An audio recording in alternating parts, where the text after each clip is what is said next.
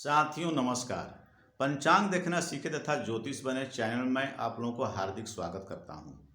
साथियों हमेशा की भांति आज हम लोग एक नई बात सीखने जा रहे हैं, जिसे आप लोग देखें, सीखें, समझें और अपने इष्ट मित्रों को बताएं। तो हम लोग देर न करते हुए अपने विषय वस्तु पर चलते हैं। साथियों तब हम लोग विषय पर चलते हैं और देखते हैं कि आज का विषय क्या है, यानी गंडमूल नक्षत्र के फल। गंडमूल नक्षत्र के फल क्या हैं, इसके बारे में हमें चर्चा कर लेनी चाहिए। गंडमूल नक्षत्र होते क्या हैं, इस पर हमें विचार करना जरूरी है। तो हम लोग चलें, सरल भाषा में हम लोग सीखने का प्रयास हमेशा करते हैं, आज भी सरल भाषा में ही सीखेंगे। आप जानते हैं कि मूल नक्षत्र के 6 नक्षत्र होते हैं। गंडमूल के 6 नक्षत्र होते हैं। अश्वनी, अश्लेषा, माघा, ज्येष्ठा, मूल और रेवती, यही 6 नक्षत्र जो हैं मूल के माने गए हैं। जैसे देहातों में लोग इसे सतैसा भी कहते हैं, मूढ़ भी कहते हैं। तो हम आज इसको चर्चा करेंगे कि 6 नक्षत्र के 4 चरण जो होते हैं, चारों चरण के अलग अलग फल क्या होते हैं। जैसे अश्विनी नक्षत्र के प्रथम चरण में किसी का जन्म होता है तो पिता को हानि होती है। द्वितीय चरण में जातक धनी होता है। तृतीय चरण में मंत्री होता है। चौथे चरण में राज सम्मान प्राप्त होता है। यानी हमको प्रथम चरण अश्विनी का त्याग कर देना चाहिए। उसमें पूजा पाठ करके शांति, गंडमूल की शांति पाठ करा लेनी चाहिए, पूजा करा लेनी चाहिए।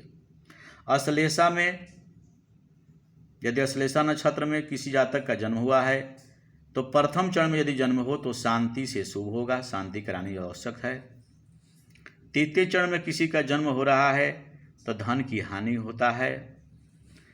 द्वितीय चरण में और तृतीय चरण में माता को हानि होता है और चतुर्थ चरण में पिता को हानि पहुंचती है।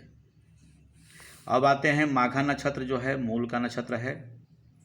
इसमें के प्रथम चरण में माता को हानि, द्वितीय चरण में पिता को हानि, तृतीय चरण में सुखी होता है और चतुर्थ चरण में धन विद्या की प्राप्ति होती है।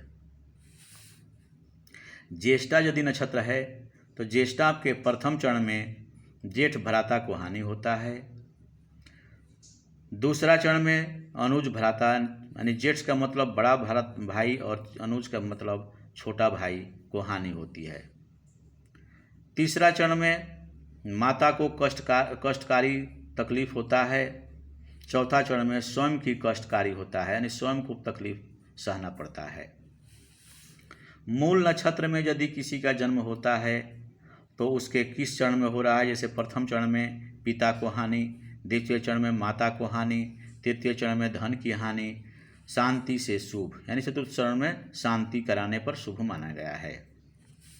रेवती नक्षत्र में यदि किसी का जन्म हुआ है तो रेवती नक्षत्र के प्रथम चरण में आयुष्मान प्राप्ति होता है।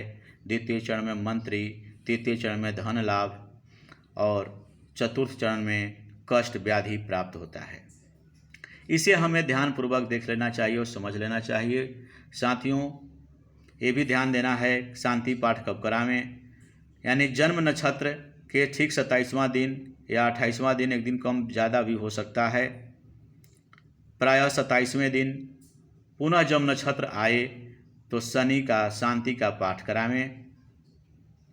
पुनः नक्षत्र जो आवे तो शांति करावें। पिता बच्चे के मुंह को 27 दिन तक न देखे, दाढ़ी आदि बनाने का कार्य पिता न करे, इस पर हमें विचार कर लेना चाहिए। तो साथियों यदि वीडियो अच्छा लगता है तो लाइक करें, शेयर करें, सब्सक्राइब करें। धन्यवाद।